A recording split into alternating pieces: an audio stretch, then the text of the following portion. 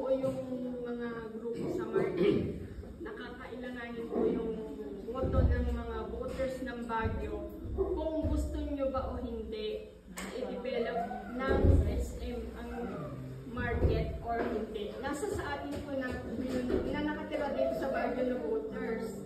Nasa atin po ang decision kung papayagan natin ang SM ang mag-develop ang market or ang mga cooperative mismo ang mag-develop ng market.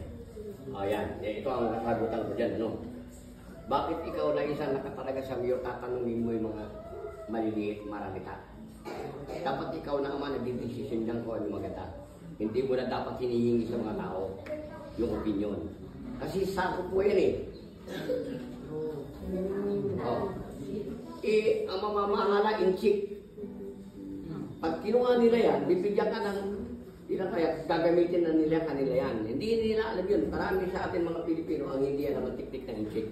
Gigipitin ka sa bandang uli. Kanila lang na yan. Sa totoo lang, lahat ng mga yan, dapat makikita sa article ng agreement, lahat ng mga dayuhan na nagpatayo dito sa Baguio, within 20 years, dapat sa Baguio na yung tinayo nila. Isurrender na yun. Wala nangyari doon. Maraming hindi nakakalam sa inyo yan. Lahat ng mga nakikita yung mga apartment dyan, o walang pinamamalaan ng mga dayuhan, dapat within 20 years, nasa Baguio na pag-aani na yan. Binibigay na yan, kumita sila.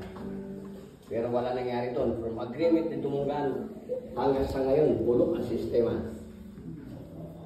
Lahat ng mga minings, pati isim na yan, hindi nagbabayad ng tax dito sa Baguio.